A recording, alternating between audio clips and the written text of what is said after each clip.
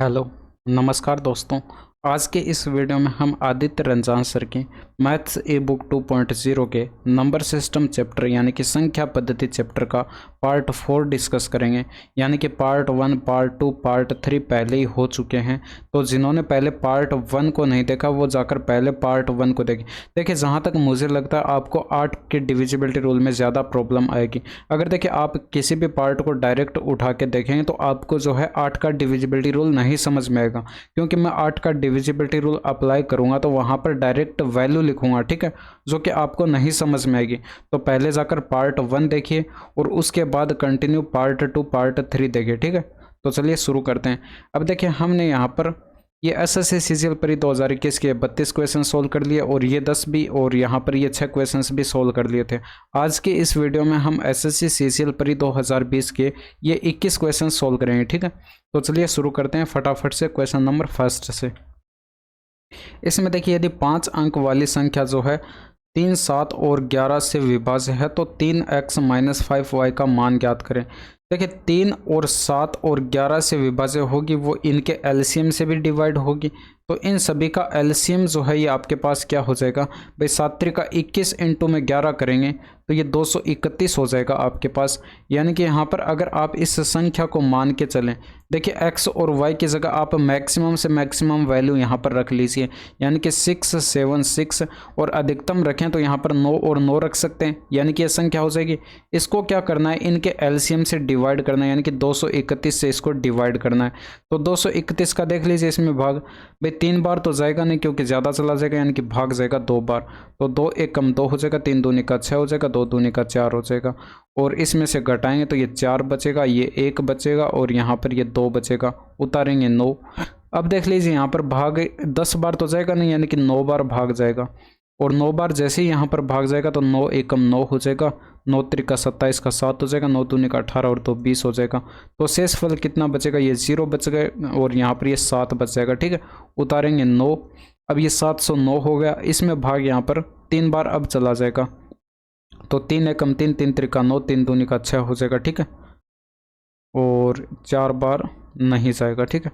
तो 3 बार भाग इसमें चला जाएगा, शेषफल कितना बचेगा, 6 बचेगा और यहाँ पर 10 में से 9 जाएगा, 1 बचेगा, यानी कि 16। यहाँ पर ये जो शेषफल बचा है ये आपने जो संख्या मानी थी उसमें से माइनस कर देंगे, यानी कि इसमें से यहाँ पर ये 16 घटा देंगे तो ये संख्या क्या बन जाएगी, 6, 7, 6 और यहाँ पर ये 8 बचेगा और ये आपके पास यहाँ पर 3 बचेगा। यानी कि x का मान कितना आया, 8 आया, और y का मान कितना आया, 3 आया। तो जो आपसे पूछा गया उसमें वैल्यू पुट कर दीजिए, यानी कि 3 गुणा में 8 करेंगे, 3 गुणा में 8 करेंगे माइनस 5 इंटू में y का मान 3 रखेंगे तो 8 त्रिका 24 माइनस कर देंगे 15। तो डिफरेंस यहाँ पर कितने का आ जाएगा, तो यहाँ पर 9 का आएगा, यानी कि ऑप्शन नंबर सी जो है ये आपके प्रश्न का सही आंसर हो जाएगा। यदि 5 वर्ष वाली, ये 5 अंक वाली है, ठीक है, 5 अंक वाली संख्या जो है 3, 7 और 11 से विभाज्य है तो 2y - 8x का मान ज्ञात करें। तो उसी टाइप का ये क्वेश्चन बन जाएगा, यानी कि 7, 3 और 11 से विभाज्य होगी, वो इनके एलसीएम यानी कि इन सभी का एलसीएम जो है 231 से भी ये विभाज्य होगी। तो ये आप खुद कर लेना, इसमें भी x और y की जगह मैक्सिमम वैल्यू रखेंगे, यानी कि 24799 हो जाएगा। इसको डिवाइड करना है उसी तरह से 231 से, ठीक है। जो शेषफल बचे वो इसमें से माइनस कर देना, x और y का मान आ जाएगा और इसमें पुट करके आप कैलकुलेट कर लीजिए। और देखिए एक चीज़, इसमें बुक में आंसर जो है वो आपको ऑप्शन बी दे रखा है जो कि इनकरेक्ट है। यहाँ पर ऑप्शन नंबर ए यानी कि 6 जो है ये आपके प्रश्न का सही आंसर आएगा, ठीक है। तो ये आप खुद कैलकुलेट करना इसको। इसमें देखिए बी का अधिकतम मान ज्ञात करें जिससे जो है ये संख्या 11 से विभाज्य हो जाएगी। और इसमें देखिए इंग्लिश में पढ़ेंगे तो find the greatest value of b so that is divisible by 11, ठीक है। तो यहाँ पर a ग्रेटर देन b दे रखा है आपको, यानी कि a जो है ये b से बड़ा दे रखा है।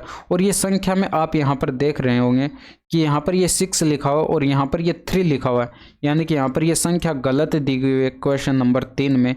तो इस 3 को आपको यहाँ पर क्या कर लेना है, 6 कर लेना है, ठीक है। अब इसको कैलकुलेट कर लीजिए भाई, अगर ये संख्या 11 से विभाज्य है, संख्या क्या है 30a68b, अगर ये संख्या 11 से विभाज्य है तो यहाँ पर देखिए इनका योग कर लीजिए, यानी कि 3 प्लस का a हो जाएगा और ये 11 प्लस का a हो जाएगा। और यहाँ पर सम स्थान पर अंकों का योग करेंगे तो ये हो जाएगा 6 प्लस का b। इनका डिफरेंस जो है ये 0 आना चाहिए या फिर 11 आना चाहिए या फिर 11 का कोई मल्टीपल हो सकता है। तो ये आप यहाँ पर क्या करेंगे, 11 प्लस का a में से माइनस कर देंगे 6 प्लस का b और ये बराबर 0 आ जाए या फिर 11 आ जाए या फिर 11 का कोई मल्टीपल आ जाए। तो यहाँ पर देखिए अगर इसको सोल्व करेंगे तो ये 6 घटाए ये 5 बचेगा और प्लस में a माइनस का b हो जाएगा और ये बराबर 0 आ जाए या फिर 11 आ जाए या फिर 11 का कोई मल्टीपल आ जाए। तो यहाँ पर देखिए अगर ये बराबर 0 हो, इसके लिए यहाँ पर इस ब्रैकेट का मान क्या होना चाहिए, अगर ये बराबर 0 हो इस ब्रैकेट का मान यहाँ पर -5 होना चाहिए, जो कि इम्पॉसिबल है। भाई क्वेश्चन में आपको यहाँ पर क्या दे रखा है, क्वेश्चन में आपको दे रखा है यहाँ पर a जो है ये a का मान b से बड़ा है। अब a का मान b से बड़ा है तो a में से अगर आप b को घटाएंगे तो ये पॉजिटिव ही आएगा, न कि नेगेटिव, ठीक है। तो -5 यहाँ पर नहीं हो सकता। अगर ये बराबर 11 रखेंगे तो a माइनस b का मान 6 होना चाहिए, यानी कि ये बराबर 6 आ जाएगा। a माइनस b बराबर कितना आ जाएगा, 6, ठीक है। a माइनस b बराबर 6। अब a माइनस b बराबर 6 है तो यहाँ पर आपको b का अधिकतम मान बताना है। देखिए b को अधिकतम रखना है और a को यहाँ पर अधिकतम से अधिकतम रखें तो 9 रख सकते हैं और इसमें से कितना घटाएं कि आपके पास यहाँ पर बराबर में 6 आ जाए। तो b को यहाँ पर अधिकतम से अधिकतम आप 3 रख सकते हैं और ये बराबर 6 आ जाएगा। अब देखिए a को न्यूनतम करते जाएंगे तो b भी न्यूनतम होता जाएगा, तो इसलिए जो है a को अधिकतम रखना है और b को भी अधिकतम रखना है, यानी कि b का अधिकतम मान आपके पास कितना आया, 3 आया, यानी कि ऑप्शन नंबर सी। इसमें देखिए यदि 6 अंक वाली संख्या जो है 88 से विभाज्य है, से विभाज्य है तो इसका मान कैलकुलेट करके आपको बताना है। अब देखिए यहाँ पर ये संख्या अगर 88 से विभाज्य तो यहाँ पर ये तीसरा अंक, भाई संख्या 8, 11 और 8 से विभाज्य होगी। अगर 8 से विभाज्य है तो तीसरा अंक चेक करते हैं, ये सम अंक है तो लास्ट के 2 अंकों में प्लस का 4 करा के चेक करते हैं। तो यहाँ पर जो है आपके पास ये हो सकता है, सॉरी यहाँ पर लास्ट के 2 अंक डायरेक्ट चेक कराते हैं तो यहाँ पर जो है y का मान 2 हो सकता है, ठीक है। अब ये पार्ट फर्स्ट देख रखा है तभी आपको ये समझ में आएगा। अब यहाँ पर ये संख्या 11 से भी विभाज्य होनी चाहिए। संख्या क्या बन चुकी है, 5x बन चुकी है, 4 2 3 2। अब ये 11 से विभाज्य तो 5 4 9 हो जाएगा, 9 3 12 हो जाएगा। और यहाँ पर करेंगे तो x प्लस का 2 प्लस का 4 हो जाएगा, x प्लस का 4। इनका डिफरेंस करेंगे तो यहाँ पर जो है ये x प्लस का 4 में से माइनस कर देंगे ये 12, तो ये 0 आना चाहिए या फिर 11 आना चाहिए या फिर 11 का कोई मल्टीपल आ सकता है। तो यहाँ पर देखिए अगर ये बराबर 0 आए, इसके लिए यहाँ पर x का मान 8 होना चाहिए। अगर यहाँ पर ये बराबर 11 आए तो इसके लिए यहाँ पर x का मान कितना होना चाहिए, भाई अगर आप यहाँ पर 23 में से 12 घटाएंगे यानी कि इसका मान आपका यहाँ पर 19 होना चाहिए, जो कि इम्पॉसिबल है क्योंकि x एक सिंगल डिजिट वैल्यू है। तो x का मान कितना आया, 8 आया। तो x का मान 8 आया और यहाँ पर आपको इसका मान कैलकुलेट करके बताना था और y का मान 2 आया। तो यानी कि 5 इंटू में 8 करेंगे और ये 8 आया x का मान, ठीक है। 5 इंटू में 8 कर दिया और माइनस के अंदर 8 इंटू में 2 कर दिया, यानी कि 5 8 40 माइनस 8 दूनी का 16 करेंगे, यानी कि 24 आपके प्रश्न का सही आंसर हो जाएगा, ऑप्शन नंबर डी, ठीक है। नेक्स्ट देखिए, अब इसमें देखिए यदि 9 अंक वाली संख्या जो है 88 से पूर्णतः विभाज्य है तो Q के अधिकतम मान के लिए इसका मान कैलकुलेट करके बताना है। और जहाँ P और Q क्या है, प्राकृत संख्या। अब देखिए Q का मान यहाँ पर आप क्या रखेंगे, भाई आप यहाँ पर Q का मान देखिए 88 से अगर ये विभाज्य है, 88 से विभाज्य तो यहाँ पर 11 और ये 8 से विभाज्य होनी चाहिए।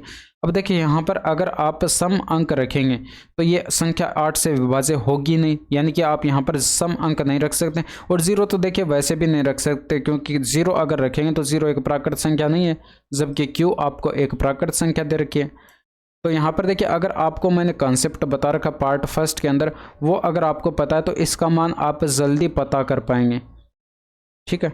मैं यहाँ पर ये लिख देता हूँ, इसके y के मान क्या क्या, ये q के मान यहाँ पर क्या क्या पॉसिबल है। अगर संख्या 88 से विभाज्य तो वो संख्या 11 और 8 से विभाज्य होगी, ठीक है।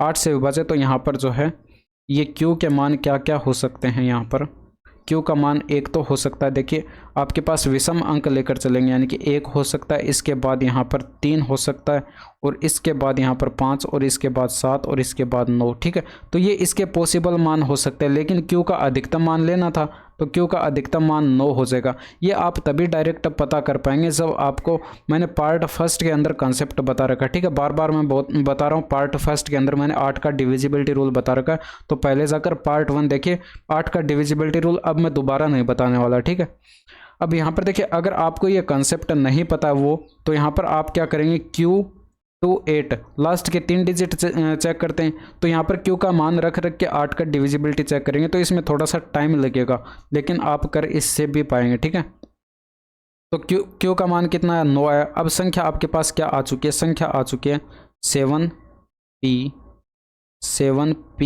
5964 और क्यू की जगह रखेंगे 9 और ये 28 हो जाएगा। ठीक है, अब ये संख्या 11 से विभाज्य होनी चाहिए। अगर ये संख्या 11 से विभाज्य है तो यहाँ पर विषम स्थान पर अंकों का योग करते हैं। 7 5 12 हो जाएगा, 18 हो जाएगा, 18 और ये हो जाएगा 27 और 27 और 8 हो जाएगा 35। और यहाँ पर करेंगे तो p प्लस का 9 हो जाएगा और ये 13 और ये 15, यानी कि p प्लस का 15 हो जाएगा। इनका डिफरेंस अगर हम करेंगे तो 35 में से माइनस करें अगर p प्लस का 15, तो ये डिफरेंस जो है ये 0 आना चाहिए, फिर 11 आना चाहिए, फिर 11 का कोई मल्टीपल आ सकता है। देखिए अगर यहाँ पर ये 0 हो, इसके लिए यहाँ पर p का मान क्या होना पड़ेगा, p का मान यहाँ पर होना पड़ेगा 20 होना पड़ेगा, जो कि इम्पॉसिबल है क्योंकि p एक सिंगल डिजिट वैल्यू होगी। अगर यहाँ पर हमें बराबर 11 चाहिए तो ये आपके पास जो है इसका मान कितना होना पड़ेगा भाई, 24। यहाँ पर 24 अगर माइनस करें तब आपके पास ये बराबर 11 हो सकता है, तो p का मान यहाँ पर होना पड़ेगा आपके पास ये 19 होना पड़ेगा। ठीक है, एक सेकेंड, 24 माइनस करेंगे तो इसका मान 9 होना पड़ेगा, यानी कि ये 9 यहाँ पर पॉसिबल हो सकता है। तो p का मान कितना आया, 9 आया। और q का मान कितना आया, ये भी आपके पास 9 था। तो यहाँ पर आपको p स्क्वायर, एक second, p square minus Q calculate करना था, तो 9 का स्क्वायर कर देंगे और माइनस 9 करेंगे, यानी कि 81 माइनस का 9 करेंगे तो ये 72 जो है ये आपके प्रश्न का सही आंसर हो जाएगा। नेक्स्ट देखिए, इसमें देखिए संख्या 3 से विभाजित, तो p के अधिकतम मान और न्यूनतम मान के वर्गों के बीच का अंतर ज्ञात करके आपको बताना है। तो p का अधिकतम मान, अगर ये संख्या 3 से विभाजित तो यहाँ पर देखिए 3 कट जाएगा, 6 कट जाएगा, 5 2 7 में से यहाँ पर 6 चला जाएगा, 1 बचेगा, यानी कि p प्लस का 1 जो है यहाँ पर ये 3 से विभाज्य होना चाहिए।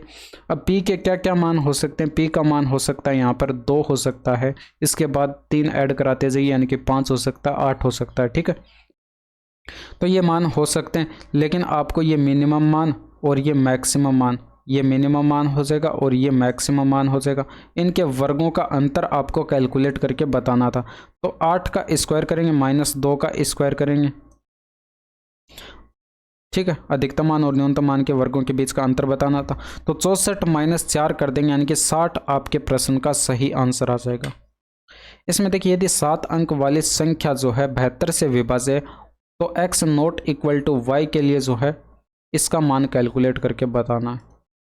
तो यहाँ पर देखिए अगर संख्या 72 से विभाज्य, यानी कि वो संख्या 9 और 8 से विभाज्य होगी। अगर ये संख्या 8 से विभाज्य तो y का मान क्या क्या हो सकता है भाई, y का मान यहाँ पर हो सकता है 3 हो सकता है।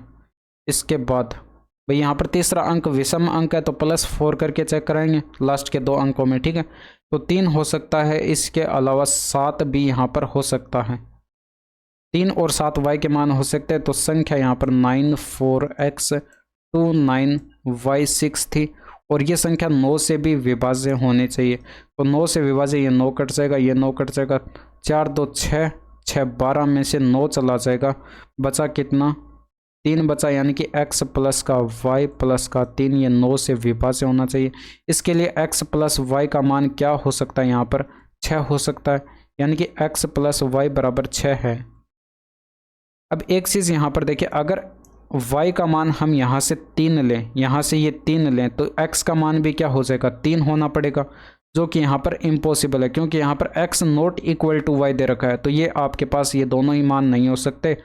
और अगर यहाँ पर y की जगह आप 7 लें तो x का मान देखिए कितना होना पड़ेगा भाई, x का मान अगर कम से कम 0 रखेंगे तो बराबर 6 कभी नहीं आएगा, यानी कि 6 आपके पास ये हो ही नहीं सकता। इसके बाद देखिए यहाँ पर इसका मान 15 भी तो हो सकता है, भाई x प्लस वाई का मान 15 भी तो हो सकता है। तो यानी कि x प्लस वाई बराबर हम 15 लेकर देखें तो y का मान अगर यहाँ पर 7 है तो x का मान 8 होना पड़ेगा, ठीक है। यानी कि x और y के मान आपके पास आ चुके हैं, तो वैल्यू पुट कर दीजिए इसमें। यानी कि 2 इंटू में 8 करेंगे और ये प्लस में 3 इंटू में 7 करेंगे, यानी कि 16 और 7 त्रिका 21 ऐड कराएंगे तो 37 आपके प्रश्न का सही आंसर हो जाएगा, ऑप्शन नंबर सी। इसमें देखिए a का न्यूनतम मान ज्ञात करें जिसमें ये संख्या जो है 11 से विभाज्य। अब देखिए संख्या 11 से विभाज्य और a ग्रेटर देन b दे रखा है, तो यहाँ पर क्या करेंगे, ये विषम स्थान पर अंकों का योग करेंगे, यानी कि 12 हो जाएगा प्लस a, 12 प्लस का a, और यहाँ पर करेंगे तो 6 और प्लस का b, इनका डिफरेंस करेंगे तो 12 प्लस a में से अगर माइनस कर दें 6 प्लस का b, तो इस टाइप का क्वेश्चन अभी हमने पीछे बनाया है, ठीक है। तो यहाँ पर क्या करेंगे, ये देखिए आप इसको सोल्व करेंगे तो ये 6 प्लस का a हो जाएगा माइनस का b हो जाएगा और ये बराबर 0 हो जाएगा, ये 11 हो जाएगा।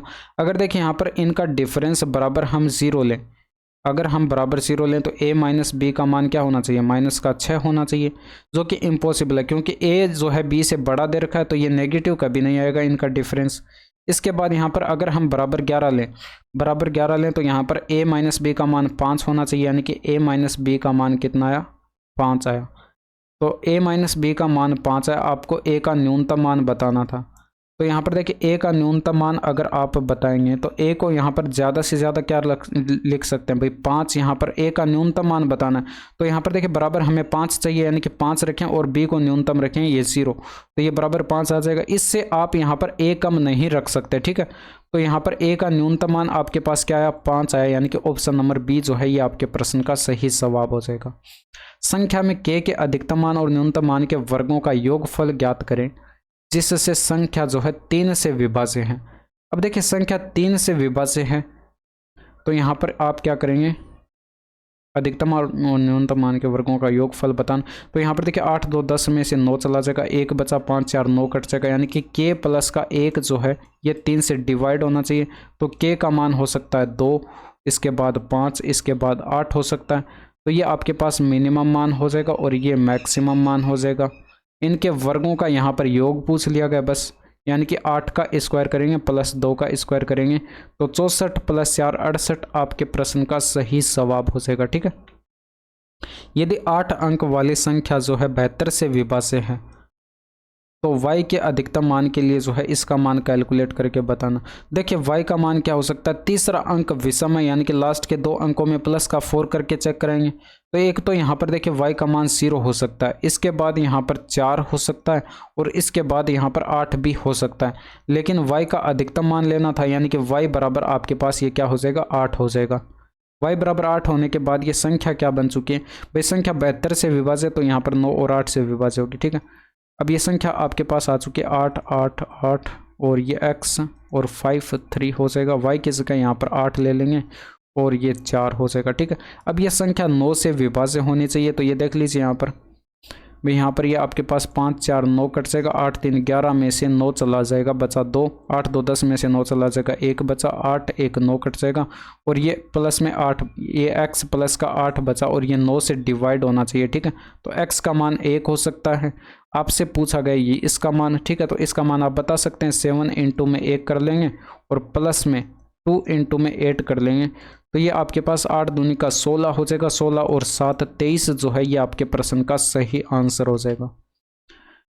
इसमें देखिए यदि 5 अंक वाली संख्या जो है 3 7 और 11 से विभाज्य है तो इसका मान कैलकुलेट करके बताना है। देखिए पहला ही क्वेश्चन मैंने आपको इस टाइप का करवाया था भाई, x और y को न्यूनतम लेना है, 3 7 और 11 से विभाज्य, यानी कि इनका एलसीएम आपके पास क्या हो जाएगा, 231 हो जाएगा, 231 हो जाएगा। इसको ज़्यादा से ज़्यादा बड़ी से बड़ी संख्या लें तो यहाँ पर 6 8 8 और x और y की जगह 9 9 रख दीजिए, इसको 231 से डिवाइड करके देखिए और जो भी आपके पास रिमाइंडर है इसमें से घटा देना है, यानी कि x और y के मान आ जाएंगे और इसमें पुट करके आप इसको कैलकुलेट कर लीजिए। तो पहला क्वेश्चन जहाँ मैंने करवाया था उसको देखकर समझ कर जो है इसको आप सोल्व खुद से करेंगे, ठीक है। नेक्स्ट देखिए, इसमें देखिए यदि संख्या p 2 से विभाज्य और संख्या q 3 से विभाज्य है तो निम्न में से कौन सा कथन जो है वो सत्य है।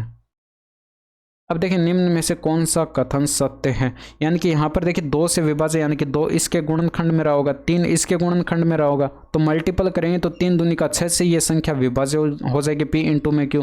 ये सही दे रखा है, ठीक है। और ये 6 से विभाज्य नहीं होगा और ये भी नहीं होगा और ये आपके पास 5 से विभाजन नहीं होगा। देखिए मैंने यहाँ पर क्या किया, ये देखिए दिमाग के अंदर थोड़ी सी ऐसी थिंकिंग आपकी होनी चाहिए। बाकी मैथमेटिकल फॉर्मेट में आपको इसको ये इस तरह से समझा सकता हूँ। यहाँ पर देखिए p बराबर, देखिए अगर इसके गुणनखंड करेंगे तो x मान लीजिए कोई गुणनखंड, और यहाँ पर इसके मल्टीपल में 2 रहा होगा, भाई इसके गुणनखंड में 2 आया होगा तभी यहाँ पर ये संख्या 2 से विभाज्य होगी p, ठीक है। इसके बाद यहाँ पर q के गुणनखंड करें तो यहाँ पर ये y इंटू में 3 मान लीजिए, भाई यहाँ पर कोई मल्टीपल में कुछ अंक रहा होगा, उसके गुणा में यहाँ पर गुणनखंड जो है ये आपके पास गुणनखंड जो है ये 3 रहा होगा, तभी ये संख्या 3 से कटी होगी, ठीक है। तो ये आपके पास 2 संख्याएं आ चुकी हैं। अब देखिए ऑप्शन में p इंटू में q दे रखा है, तो p इंटू में q करा के देखिए, x इंटू में 2 इंटू में करेंगे y इंटू में 3, तो ये आपके पास x y 6 हो जाएगा, यानी कि मल्टीप्लाई में ये कितना आया 6 आया। तो ये संख्या आपकी 6 से डिवाइड होगी, ये आपको दिखाई पड़ रहा है, यानी कि option number first correct they रखा है। लेकिन ये संख्या 5 से कभी डिवाइड नहीं होगी, यानी ऑप्शन नंबर 4 जो है ये डी जो है ये इनकरेक्ट हो जाएगा। इसके बाद p प्लस क्यू दे रखा है, ये भी आप यहाँ पर करा के देख सकते हैं। भाई x इंटू में 2 करेंगे प्लस y इंटू में 3 करेंगे, तो यहाँ पर कुछ कॉमन दिखाई पड़ रहा है, कुछ भी कॉमन दिखाई नहीं पड़ रहा, यानी कि यहाँ पर ये ना तो 5 से डिवाइड होगी और ना 6 से डिवाइड होगी, तो ये 2 ऑप्शन ऐसे हट जाएंगे। तो इस तरह से आप इसको समझ सकते हैं, ठीक है। अब k का वह मान ज्ञात करें कि संख्या जो है 6 से विभाज्य हो जाए। देखिए संख्या 6 से विभाज्य होगी, इसका मतलब संख्या 2 और 3 से विभाज्य होगी। अगर 2 से विभाज्य होगी यानी कि ये आपके पास इकाई का अंक सम अंक रहना चाहिए, यानी कि माइनस में तो देखिए वैसे भी नहीं हो सकता और ये विषम अंक हो नहीं सकता। बचे ऑप्शन नंबर ए और डी, यानी कि यहाँ पर सम अंक हो सकता है, ठीक है।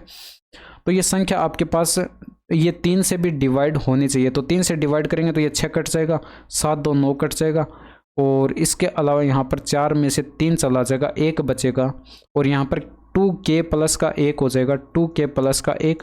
ये संख्या 3 से डिवाइड होनी चाहिए, इसके लिए यहाँ पर k का मान 1 हो सकता है, इसके बाद 3 ऐड करेंगे तो 4 हो सकता है, 7 भी हो सकता है, ठीक है। तो ये इसके k के पॉसिबल मान हो जाएंगे, और k का मान आपको बताना था। देखिए यहाँ पर ऑप्शन से भी आप इसको कर सकते थे, भाई यहाँ पर 8 रखेंगे तो यहाँ पर जो है 8 दूनी का 16 1 17, ये 3 से डिवाइड नहीं होगा, इसको हटा दीजिए, बचा ऑप्शन नंबर ए, आप इसको टिक कर सकते हैं। अदरवाइज यहाँ पर देखिए k के पॉसिबल मान आपने कैलकुलेट कर लिए। तो यहाँ पर देखिए मैंने आपको क्या बताया था कि k का मान इकाई का अंक ये विषम अंक तो हो नहीं सकता, यानी कि ये दोनों ही नहीं हो सकते। ये बचा 4, और ऑप्शन नंबर ए में आपको ये 4 दिखाई पड़ रहा है, यानी कि ऑप्शन नंबर ए आपके पास करेक्ट आंसर हो जाएगा। इसमें देखिए यहाँ पर ये संख्या जो है 5 35 और 39 और 65 से विभाज्य 5 अंकों वाली संख्या, बड़ी संख्या के अंकों का योगफल आपसे पूछा गया, तो 5 अंकों की बड़ी संख्या कौन सी हो जाएगी, 9 9 9 और ये 9, ठीक है। तो यहाँ पर ये हो जाएगी 5 अंकों की सबसे बड़ी संख्या। अब इन सभी के एलसीएम से ये डिवाइड होनी चाहिए। भाई अगर आप इन सभी का एलसीएम कैलकुलेट करेंगे तो ये कितना हो जाएगा, भाई 5 और 35 का तो एलसीएम 35 हो जाएगा। इसके बाद यहाँ पर देखिए 65 कट जाएगा, 13 पंचे 65 और ये 5 से कटेगा, 7 पंचे 35, यानी कि 13 की कमी है तो 13 लिख लीजिए, ठीक है। इसके बाद यहाँ पर 39, ये 13 3 39, यानी कि 3 की कमी आपको दिखाई पड़ी तो 3 से गुणा कर दीजिए। ये देखिए एचसीएफ और एलसीएम वाले चैप्टर में मैं सिखाऊंगा, फिलहाल आप इनका एलसीएम कैलकुलेट कर लीजिए, जिस तरह भी से आप कैलकुलेट कर सकते हैं, ठीक है। तो 13 पंचे 65 हो जाएगा, हासिल आएगी 6, 13 3 39, 6 45 हो जाएगा, 3 से गुणा कराएंगे तो 5 त्रिका 15 हो जाएगा, 5 त्रिका 15 1 16 का 6 हो जाएगा, हासिल एक आएगी, 4 त्रिका 12 1 1365, इनका एलसीएम आ चुका है। इस एलसीएम से आप इसको डिवाइड करेंगे 1365 से, ठीक है। तो यहाँ पर ये देख लीजिए भाग कितनी बार जाएगा, देखिए 9 बार तो वैसे भी नहीं जाएगा, ठीक है। 8 बार, 8 त्रिका 24, 8 2 10, 8 बार भी नहीं जाएगा, यानी कि भाग जाएगा 7 बार, और ये 7 पंचे 35 हो जाएगा, हासिल आएगी 3, 7 6 42, 3 45 हो जाएगा, हासिल 4 आएगी, 7 त्रिका 21, ये 25 हो जाएगा, हासिल 2 आएगी, 7 और 2 9 हो जाएगा, और घटाएंगे तो ये 4 बचेगा, यहाँ पर भी 4, यहाँ पर भी 4, उतारेंगे 9। अब देखिए भाग यहाँ पर 4 बार नहीं जाएगा, 3 बार भाग जाएगा, तो 3 बार जाएगा तो 5 त्रिका 15 हो जाएगा, हासिल 1 आएगी, 6 त्रिका 18, 1 19 का 9 हो जाएगा, हासिल 1 आएगी, 3 त्रिका 9 और 1 10 का 0 हो जाएगा, हासिल 1 आएगी, 3 और 1 4 हो जाएगा। डिफरेंस यहाँ पर करेंगे तो ये 4 बचेगा और 14 में से 9 गया यानी कि 3 बचेगा, ये 6 त्रिका 18, ठीक है। और ये आपके पास यहाँ पर 3 नहीं बचेगा, ये आपके पास यहाँ पर 4 बचा और यहाँ पर ये 5 बचेगा, ठीक है। और यहाँ पर ये 3 बचेगा। अब देखिए यहाँ पर 9 फिर से उतारेंगे, नहीं उतारेंगे, ठीक है। 354 आपके पास ये शेष फल बच चुका है। ये 354 आप क्या करेंगे, इसमें से माइनस कर देंगे। तो भाई इसमें से माइनस करेंगे तो लास्ट में ये 5 बचेगा, 4 बचेगा, 5 बचा और ये 4 बचा और यहाँ पर 3 घटाएंगे तो 6 बचेगा और ये 9 9। ये आपके पास वो संख्या आ चुकी है जो कि आपके पास इन दी गई संख्याओं से विभाज्य होगी। भाई इस संख्या के अंकों का योगफल पूछा गया तो 9 + 9 + 6 + 4 + 5 कर देंगे, यानी कि 18 + 10 28, 5 33 आपके प्रश्न का सही आंसर हो जाएगा ऑप्शन नंबर ए, ठीक है। अब इसमें देखिए 7 11 और 13 से पूर्णतः विभाज्य जो है तो यहाँ पर p - q का मान बताना। भाई आसान है, यहाँ पर p का मान क्या हो जाएगा 8 हो जाएगा, q का मान 3 हो जाएगा, यानी कि 8 - 3 करेंगे तो ये बराबर 5 आपके प्रश्न का सही आंसर हो जाएगा। देखिए मैंने आपको पहले मतलब पार्ट 3 के अंदर करवाया था इस टाइप का क्वेश्चन। जो संख्या 7 11 और 13 से विभाज्य होगी वो संख्या 1001 से विभाज्य होगी, और 1001 से विभाज्य होगी वो संख्या 3 अंकों की पुनरावृत्ति यानी कि रिपीटेशन से बनी होगी, यानी कि 8 2 3, इसके बाद P2Q है, ठीक है। तो ये संख्या 3 अंकों की पुनरावृत्ति से बनेगी, यानी कि ये जो 8 2 3 ये जो आया था ये बाद में भी 8 2 3 रहना चाहिए, यानी कि यहाँ पर भी 8 2 और 3 होना चाहिए। तो देख लीजिए यहाँ पर 2 की जगह तो 2 है, ठीक है। p की जगह कितना 8 यानी कि p का मान 8, q की जगह कितना है 3 तो q का मान 3, तो 8 - 3 करेंगे 5 आपके प्रश्न का सही आंसर हो जाएगा। इसमें देखिए यदि 5 अंक वाली संख्या जो है 3 7 और 11 से विभाज्य है तो इसका मान कैलकुलेट करके बताना। देखिए पहला क्वेश्चन करवाया था उसी टाइप का क्वेश्चन ये आ चुका है। यहाँ पर ये 3 7 और 11 का एलसीएम अगर लेंगे तो ये आपके पास 231 होगा, और यहाँ पर आप इसको बड़ी से बड़ी संख्या लेंगे तो 5 9 और ये 3 और ये 9 9 लेंगे, ठीक है। इसको 231 से डिवाइड करके देखेंगे और जो भी शेषफल बचे वो इस संख्या में से घटा देना है, यानी कि आपके पास x ये a और b का मान आ जाएगा और यहाँ पर वैल्यू पुट करके आप इसको कैलकुलेट कर लीजिए, ठीक है। नेक्स्ट देखिए, इसमें देखिए यदि 6 अंक वाली संख्या जो है 7 11 और 13 से विभाज्य है तो इसका मान कैलकुलेट करके बताना है। भाई यहाँ पर आपके पास ये संख्या 1001 से डिवाइड होगी, यानी कि ये भी आपके पास 3 अंकों की पुनरावृत्ति से ये संख्या बनेगी, यानी कि अब मैं इसको डायरेक्ट कर रहा हूँ। यहाँ पर ये आपके पास x का मान कितना हो जाएगा 5 हो जाएगा, और y का मान कितना हो जाएगा ये 3 हो जाएगा, ठीक है। y का मान 3 हो जाएगा और z का मान 4 हो जाएगा। तो यहाँ पर वैल्यू पुट कर दीजिए, यानी कि x का मान 5 + y का मान 3 और -z का मान 4, तो 8 - 4 करेंगे, 4 आपके प्रश्न का सही आंसर आ जाएगा ऑप्शन नंबर बी। नेक्स्ट देखें, यदि 9 अंक वाली संख्या जो है 72 से विभाज्य है तो इसका मान कैलकुलेट करके बताना। भाई संख्या 72 से विभाज्य यानी कि वो संख्या 9 और 8 से विभाज्य होगी। अगर ये 8 से विभाज्य है तो ये आपके पास y का मान जो है ये 2 होगा, ठीक है, क्योंकि यहाँ पर ये सम अंक दे रखा है, तो y का मान 2 हो चुका है। अब ये संख्या 9 से भी डिवाइड होनी चाहिए, 9 से डिवाइड होनी चाहिए, तो ये 9 कट जाएगा। इसके अलावा यहाँ पर ये 7 और ये 2 9 कट जाएगा, ठीक है, और 6 4 10 में से 9 चला जाएगा, और यहाँ पर 8 1 9 चला जाएगा, और 8 2 10 में से यहाँ पर 9 चला जाएगा, 1 बचा, यानी कि x प्लस का 1 ये जो संख्या है 9 से डिवाइड होनी चाहिए, तो x का मान कितना होगा 8 होगा। तो x का मान 8 आ चुका है, y का मान आपके पास यहाँ पर 2 आया था, y का मान यहाँ पर 2 आया था, तो आप यहाँ पर कैलकुलेट कर लीजिए, यानी कि 3 इंटू में करेंगे x का मान कितना 8, और ये आप प्लस में 2 इंटू में 2 कर देंगे, तो 8 त्रिका 24 और 4 28 आपके प्रश्न का सही आंसर होगा। नेक्स्ट देखें, 3 अंक वाली संख्या जो है इसका योगफल जो है निम्नलिखित में से किस से विभाज्य होगा। यह विभाज्य नहीं है, ये आपसे पूछा गया। तो यहाँ पर देखिए पिछले मतलब पार्ट 3 के अंदर मैंने आपको करवाया था इनका योगफल, और योगफल करवाते समय इनका विस्तार किया था। तो अब मैं इसको थोड़ा सा डायरेक्ट कर रहा हूँ। यहाँ पर ये जो यहाँ पर a जो है ये सैकड़ा के स्थान पर है, तो a इंटू में 100 लिख लेंगे। भाई इनका विस्तार करके मैं लिख रहा हूँ साथ में, ठीक है, और b इंटू में ये 10 लिख लेंगे, दाई के स्थान पर है b, और प्लस में c ठीक है। अब इसी तरह से इसका भी विस्तार यहाँ पर करेंगे तो प्लस में करते जाएंगे ये सारे, c इंटू में 100 हो जाएगा, प्लस में a इंटू में 10 हो जाएगा और प्लस में b हो जाएगा। इसके बाद ये तीसरी संख्या है, इसका भी यहाँ पर विस्तार करें तो ये b इंटू में 100 हो जाएगा, प्लस में c इंटू में 10 हो जाएगा और प्लस में a हो जाएगा। ठीक है। अब आप यहाँ पर क्या करेंगे, ये आपके पास यहाँ पर देखिए 100 यहाँ पर और यहाँ पर कॉमन दिखाई पड़ रहा है, ब्रैकेट के अंदर a प्लस बी प्लस सी बचेगा, 10 यहाँ पर और 10 यहाँ पर कॉमन दिखाई पड़ रहा है, ब्रैकेट के अंदर a प्लस बी प्लस सी बचेगा और a प्लस बी प्लस सी एक और आएगा ब्रैकेट के अंदर।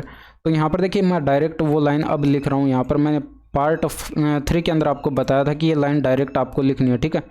ये आपके पास a प्लस बी प्लस सी सभी में से कॉमन आ जाएगा, ब्रैकेट में क्या बचेगा 100 प्लस का 10 प्लस का 1 बचेगा, यानी कि ऐड करेंगे तो 111 हो जाएगा। ये आपके पास 3 से डिविजिबल है, यानी कि 3 से डिवाइड करेंगे तो इसको लिख सकते हैं 3 इंटू में 3 त्रिका 9 7 त्रिका 21। अब देखिए आपके पास ये इन संख्याओं के योगफल का जो है ये आपने यहाँ पर फैक्टर यानी कि गुणनखंड कर लिए हैं। ये आपके पास इन तीनों संख्याओं का योगफल 3 से डिवाइड होगा, 37 से डिवाइड होगा और a प्लस बी प्लस सी से भी डिवाइड होगा, लेकिन 31 से ये डिवाइड नहीं होगा। तो ये आपके पास ऑप्शन नंबर सी जो है ये करेक्ट आंसर हो जाएगा। इसमें देखिए यहाँ पर a प्लस बी के सभी संभावित मानों का योगफल ज्ञात करें जिससे संख्या जो है 11 से विभाज्य है। अब संख्या 11 से विभाज्य 4a067b आपको ये दे रखिए, तो ये 4 हो जाएगा और ये 7 ऐड करेंगे तो ये 11 हो जाएगा और यहाँ पर करेंगे तो a प्लस का 6 प्लस का b हो जाएगा, यानी कि a प्लस का b प्लस का 6 हो जाएगा।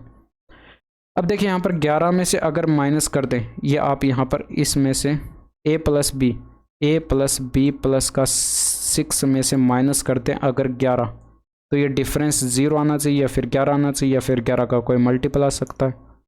अगर देखिए बराबर 0 है तो यानी कि a प्लस बी का मान 5 होना पड़ेगा। अगर ये बराबर 11 है तो यहाँ पर देखिए 22 में से 11 घटाएंगे तब आपके पास 11 आएगा। तो इसको 22 बनाने के लिए यहाँ पर जो है a प्लस बी का मान 16 होना पड़ेगा।